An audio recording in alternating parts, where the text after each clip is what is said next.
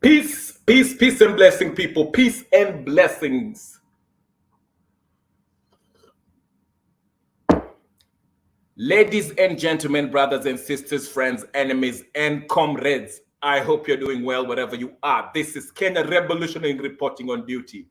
Today, we are going to explore and discuss what is the future of the Kenyan opposition. Real opposition. I'm not talking about the fake opposition that we have right now, okay? I'm talking about a real grassroots opposition movement, political opposition movement, not the one we have now. Okay, I know we have Kenya Kwanza and Azimio are thought to be their opposition. They are not opposition. They are part of the government. These guys are fakers, and I'll give you a reason why I say they are fakers.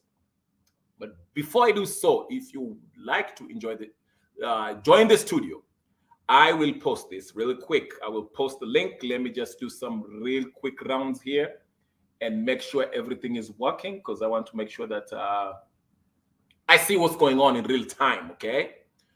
But let me post the link here for those who'd like to join. If you feel like, hey, listen, I don't like what you're saying, I would like to, shit. All right, hold on just a minute. If you think, there's the link, people. If you haven't got the link, it's on the chat. Just go and get it. That's the link of this right here. If you want to get in the studio, get in. It's on the chat. Feel free. Ladies and gentlemen, brothers and sisters, friends, enemies, and comrades, I won't be here for long. I'll be here for 30 minutes. I got to do a bunch of stuff, okay? So I'm not trying to stay here for long.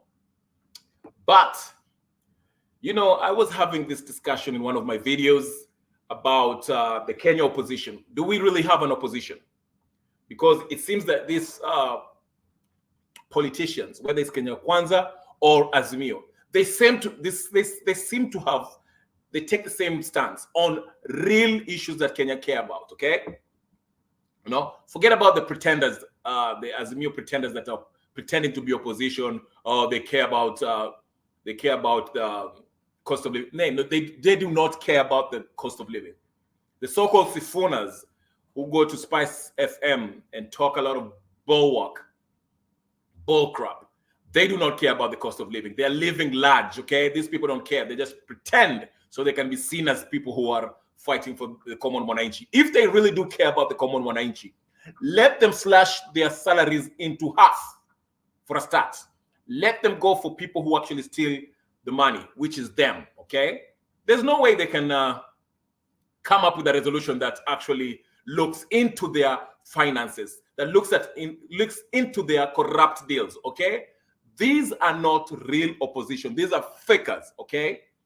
And I will tell you why. But just for shits and giggles, let's look at what this proposal, these clowns at Bomas came up with as a resolution to tackle corruption or whatever the case is. There's so much silliness. It's almost comical. But let's review. Let's review. Today I'm in a good mood. I'm not in a good mood, but kind of a good mood. But let's review what they are talking about. All right. There's actually one that I really actually loved. I saved it. I would like to share with everybody as part of the deal. All right. This is the recommendation that these idiots at Bomas in this bipartisan nonsensical talks were recommending, okay, as it relates to the cost of living. Okay, number one, this is what they recommend. Okay, I'll get to the topic. I just want you to read this. I just want you to get what these people are recommending that they want out there, okay? Number one, these idiots from both Azimio and Kenya Kwanza, they're saying that they want to stimulate production. That's number one. Two, they want to reduce interest rates. Number three, these are bullet points. I'm just enumerating them. Number three is tax reduction on energy, food, fuel, SMEs, and housing levy. Number four, they want a balanced budget. that prioritizes Article 43, economic and social rights. Before I even go on, what we have, it was not a budget. Remember what Okiya Omtata told us? Okay? I think Article 220 describes what a budget is. Okay? And before you have a budget, you have to have a what? An estimate of expenditures, an estimate of the money the possible money that you can collect based on the previous tax collecting. What I'm saying is revenue estimates. In order to have a budget, you have to have estimate revenue, okay? Estimate cost of revenue, estimates of the revenue that you can collect, the possible amount of money you can collect from the population, and also you should have estimate of how much you're going to spend based on the previous budget. But the problem is, this process that's supposed to be followed as per the Constitution is not being followed. So if this is not followed, then the whole thing is illegal. We don't have a budget. We have people coming up and giving us numbers that we don't know where these numbers are coming from. So for the past 10 years, we've been passing finance bill, a budget that's not even legally, procedurally followed. Anyway, let's go back. Let's go to the next one. They want to have a zero-based budgeting. They want eradicating theft of public money, wastages, and holding public officers accountable will save taxpayers billions that can be directed towards lowering the high cost of living. Okay, on the bottom side, cost of living recommendations, okay? Review extensively and or repeal in totality the Finance Act 2023. I agree with that. Introduce and implement necessary subsidies, i.e. on fuel, energy, and production for a specified period of time. 3, enactment of essential legislations and or policy guidelines along with administrative measures to cut down and or curb or misuse of public funds by state officials. Okay, then regular audits and publication on expenditures of borrowed funds. Let me stop right there. Okay, that's what they are recommending here. The problem with this, it was the other day that the Senate and the National Assembly, actually the Senate, were trying to audit the debt that we owe. And one of these pinheads that are chairing this bipartisan talks that are putting this recommendation stopped the audit. Kimani Ichung'wah, among others, stopped the audit. The audit from the previous administration, Uhuru Kenyatta's administration, the audit that will audit the previous administration, not only Uhuru's, but go back to Kibaki and even the present one.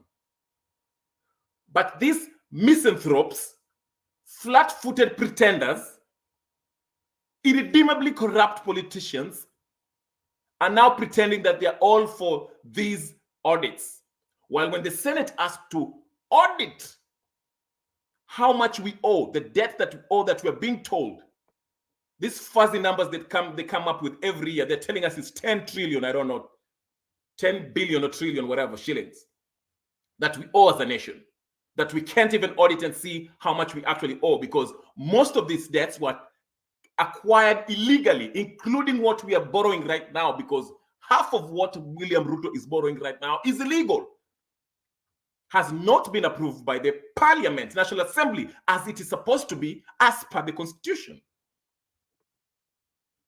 But Kimani Ichung'wah, sitting on this bombers, whatever, nonsensical, the most concretized nonsense that I've ever heard, is now wants to recommend that we audit how much public officials are using and all that stuff. While when the Senate was trying to audit the public debt that can actually show how much we taxpayers actually owe, How many debts did we actually acquire legally? The SGR money, okay, that was borrowed by Uhuru Kenyatta and his goons, was acquired illegally. Uhuru Kenyatta and his minions should pay for it, not taxpayers people, not us, we Kenyan people, taxpayers people. But when the Senate asked to audit this debt, Kimani Ichung'wah from the Kenya Kwanza side, that's why I keep on telling you guys, all these Kenya Kwanza and Azimio, these guys are the same. They are the same people. They pretend to play this opposition and the people in the parliament. These people are the same. The Kalonzo Musyokas, the Raila Odinga, the Rutos. They are pretenders. They are fakers. That's why I keep on saying when it comes to issues that really affect the Mwananchi, that will put the limelight on their finances, these guys don't want that because they know they will end up in jail. Okay? Who was Kimani Ichung'wah trying to protect by stopping these audits? Of course, he's trying to protect his buddy, Uhuru Kenyatta. But in public, he keeps on pretending that, oh, Uhuru Kenyatta has done this, oh, Uhuru Kenyatta should do this, they've stolen money, whatever, whatever. But when it comes down to it, when the Senate say, let us actually audit and see how much this Uhuru Kenyatta family are owing, how much he borrowed. Yeah? That's why I keep on saying, let us look at the Waki report, Ndungu report, Kriegler's report. Why are you not opening this? This silly recommendation that none of you will act upon it. Why do you even recommend it? But let's go back to the topic before I lose my blood pressure. Let's start with the topic. I won't be here for long, so tune in. And if you want to join the chat right now, this is Rasta Movement, Restoration of African Sovereignty to Africans, okay? Let's get to it.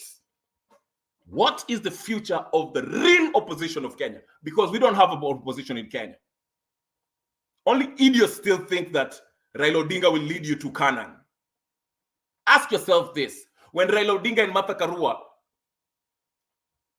made that press conference and told us that they are going to collect 20 million signatures so that they can take out Ruto or end up in secession.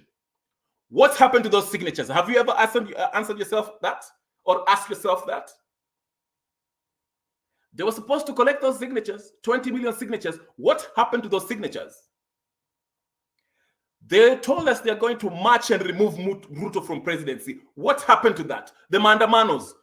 What was the final verdict? What happened? What was the results, the final results of those Mandamano? After we lost hundreds of youth being killed in Yalenda, in Kibera, and other places in Nairobi. What was the end results? For them to sit in Bomas, Kenya, while we pay them 106 million for them to sit there and do nothing and recommend something that we all know should have been done before even Uhuru was born. Now they want to pretend to recommend these things that we know they will not act upon. People like Aaron Cheriot, the most useless parliamentarian I've ever seen in my life. Kimani Ichung'wah, Kalonzo Musyoka, Hassan. Name them, these idiots that are sitting in Bomas draft. You think these people have the Kenyan people's interest at heart? Or they just want to sit there and smile and cheese it up in the camera so that they feel important? What is the future of the real Kenyan opposition? I'm not talking about Azimio. Azimio is not opposition in Kenya. Azimio is part of the government. Azimio is the part of this cabal that are ruling Kenya, that have been ruled by the colonialists. Raila Odinga himself is an agent of the West. That's why you see every time he always meets with Chris Coons. Chris Coons is his handler. The senator from Delaware is Raila's handler. Don't be fooled by the pronouncements he made about the ambassador. You saw the next day after he made those pronouncements, he met with Chris Coons and the ambassador. Why did he meet with Chris Coons? Because that's his handler. Go Google and see what handler means. Because I know most of you may not know what I mean. I kept on asking you dimwits, okay, that still go to sound candid and spew your rubbish every day about Ruto. And I keep on telling you, Ruto and Raila are the same. But I keep on telling you, because all you got there, you lobotomized parrots that go up there in that channel and talk about how Raila will liberate you. He will not. He won't. Any normal person will never lose an election 5 times and claim that he has been rigged 5 times and be okay with it. Use your brain. Use your fucking brain.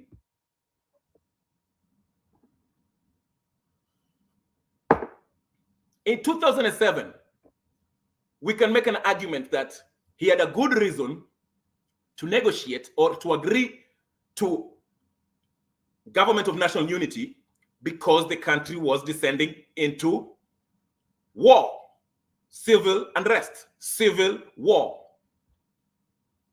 Come 2013, the case he lost because of a technicality. He did not file part of the evidence on time. On time. Okay, remember that? On time. Mutunga, who's on Twitter every day pretending to be speaking about change. What a bunch of shitheads, shit lickers like Mutunga, CJ Mutunga, a faker. Okay, you'll see him with that Mwangi kid that pretends to be a human rights activist just because he gets money getting paid by NGOs. These fakers.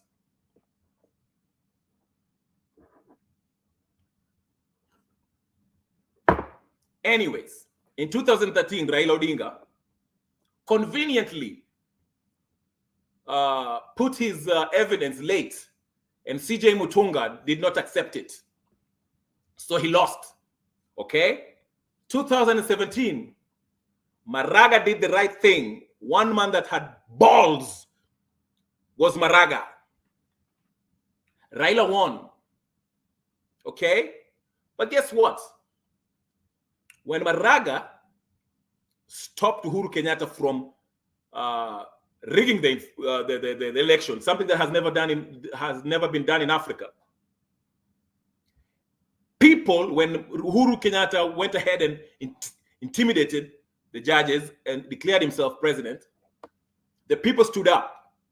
The people of Kenya rose under the leadership of NRM driving the force, as the driving force, led NASA to force Raila to be sworn in as the people's president. And this idiot, this political prostitute, this conman Raila Odinga turned his back on his followers, on the Kenyan people, and legitimized the very person in Uhuru Kenyatta who had been rejected by Kenyans. Never even mention the atrocities that were caused by Kenyatta. The people that Uhuru Kenyatta killed that was dumping in River Yala. Never mention about the death of Chris Msando. Never mention about baby Pendo. Never mention about baby Mora. Never mention about the thousands of youths that were killed in Kisumu once he shook hands with Kenyatta.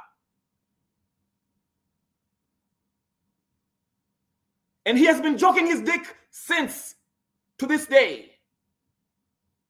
Never mentioned for the atrocities that Uhuru Kenyatta, Maina Njenga, who was being told to go brutalize and kill Luos in Naivasha in 2007.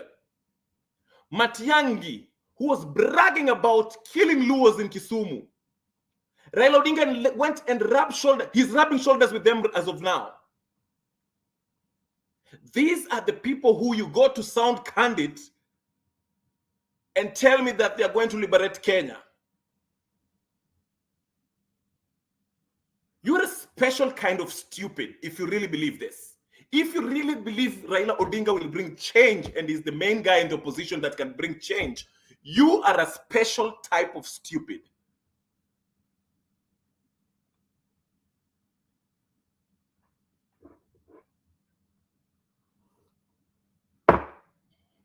Let's move on. 2022, he loses elections. He wants to convince you that, oh, he won the election. Okay? The Supreme Court declared that he has no evidence. 5 months later, he comes with the evidence. Come on, I don't know, some guy who we never heard of. We don't know who this whistleblower is. But he wants to convince us that he has evidence. He comes up with this fuzzy number and starts a website. And the number he tells us in the website and the number that he initially told us that he won by do not match, which means these people are making up shit. Then he comes out and tells us, let's go to Mandamano. He tries Mandamano. He sees that nobody's coming out from Mandamano, only in Kibera and a few people in Kisumu and some other places, okay? So he went and grabs who? The useful idiot, the guy who was killing his people, the Luo people, Maina Njenga, the head of Mungiki, to gather around the Mungiki to go helping with Mandamano, okay? And when Mungiki, this Maina Njenga is arrested, guess who's the first person to go advocate for Maina Njenga? Raila Odinga and Martha Karua, okay? When Matiang'i was going to be arrested for the previous crimes that he had committed, Raila Odinga marched to DCI trying to demand to talk to Matiang'i, defending him. The very person that was killing his supporters in Nyanza province. Maina Njenga, Mungiki, who was killing people in 2007. Now he's the best Raila Odinga's friend. They're buddies. Okay? Yeah? You see how this is? But you're still out there, you're going to Sankani talking about Raila Odinga, Baba will bring change, Baba knows this, Baba knows this, Baba. You lobotomized parrots. Idiots. You deserve nothing but death.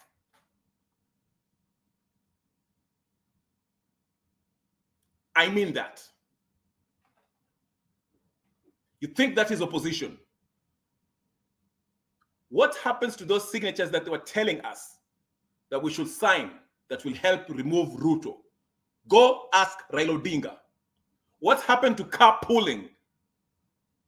Remember he told you the products that we should avoid and we should carpool? Half of his supporters don't even own a car and he's telling you to carpool. This is how stupid you people are. Use your fucking brains.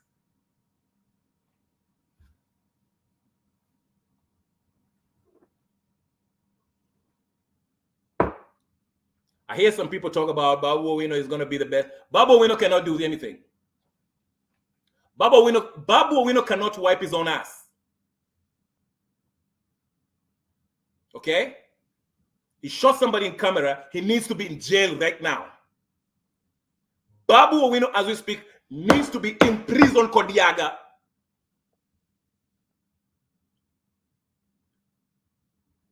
He shouldn't be out there making fake-ass video talking about student rights and all that nonsense that he talks about. Who cares if he's the next governor? The revolution, the real opposition should start from the ground. Real, organic. Anyone who has been associated with Azimio or Kenya Kwanza should not come anywhere near the new revolutionary movement that is coming. This movement will be divorced from any previous politician or party affiliates of Azimio or Kenya Kwanza. This is going to be a new grassroots movement that should start from the ground. And it should not be funded by any Western government or any government for that matter. This movement should be for the people, by the people.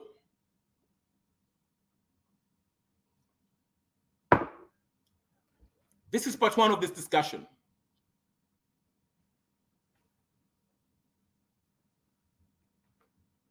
Who else do you think is going to be the next leader who can stand up?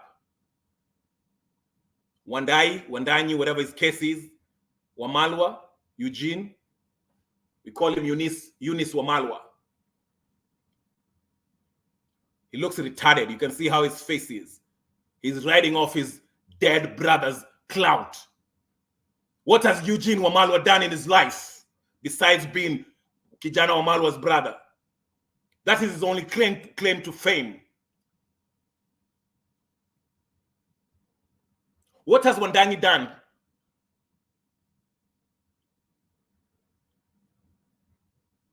Mbadi, John Mbadi, an intelligent man who chose to be a beggar under Raila Odinga, refuses to use his God-given brains to be a slave of Raila Odinga. Otiende Amolo, who has brains,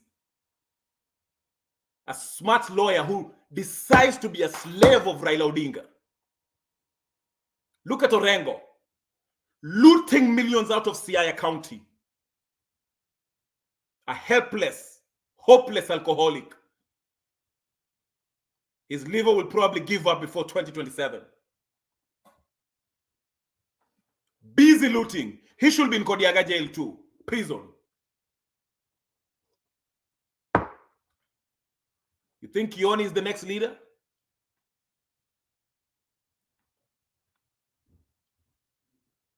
Martha Karua?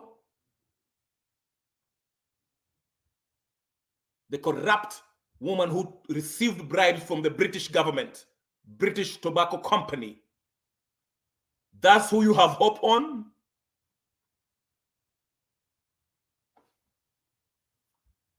I have 4 minutes left.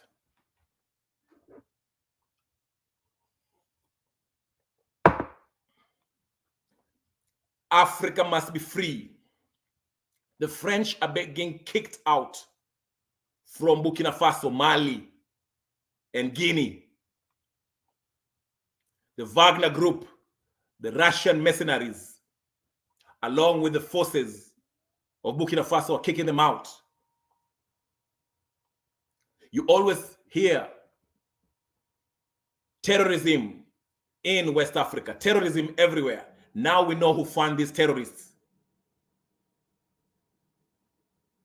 I've been saying the Wagner Group needs to make its way to East Africa. It's long overdue. Long overdue. But what is the future of the Kenya's real opposition politics? Do we even have anyone of substance, integrity, incorruptible politician?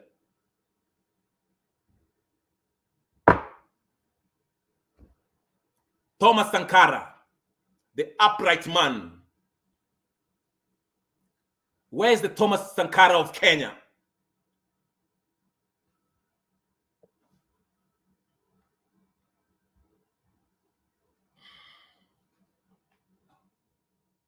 Ladies and gentlemen, brothers and sisters, friends, enemies and comrades.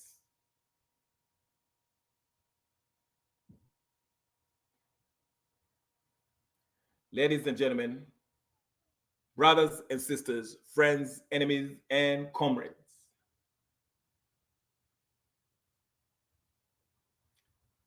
I will leave it here. I will leave it here. I told you I wouldn't go past 30 minutes. I will leave it here. This is part 1. Join me for part 2, where we explore and see who is a possible, incorruptible,